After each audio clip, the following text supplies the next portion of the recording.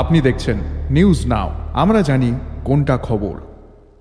সোমবার গোপন খবরের ভিত্তিতে ধর্মনগর, ঊনকোটি এবং ধলাই জেলায় এনডিপিএস ধারা অনুযায়ী তল্লাশি চালিয়ে বিপুল পরিমাণ ইয়াবা ট্যাবলেট সহ বিভিন্ন নেশা সামগ্রী উদ্ধার করা হয় এবং অভিযুক্তদের আটক করা হয় বলে জানান এআইজিপি রণধীর দেববর্মা।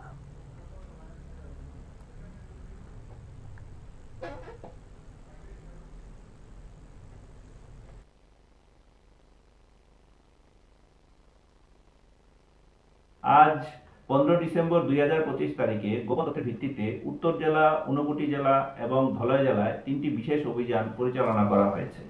এই অভিযানে উত্তর জেলায় টোটাল 44,000টি ইয়াবা ট্যাবলেট উদ্ধার হয়েছে এবং তার সাথে 3 জন মহিলাকে আটক করা হয়েছে।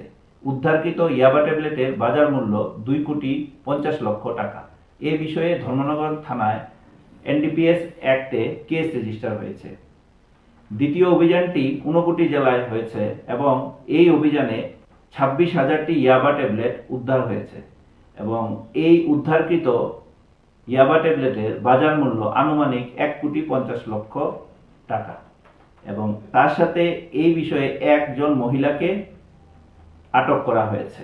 তৃতীয় অভিযানটি ধলাই জেলায় হয়েছে এবং এই অভিযানে বিপুল পরিমাণে হিরোইন এবং ইয়াবা ট্যাবলেট উদ্ধার হয়েছে।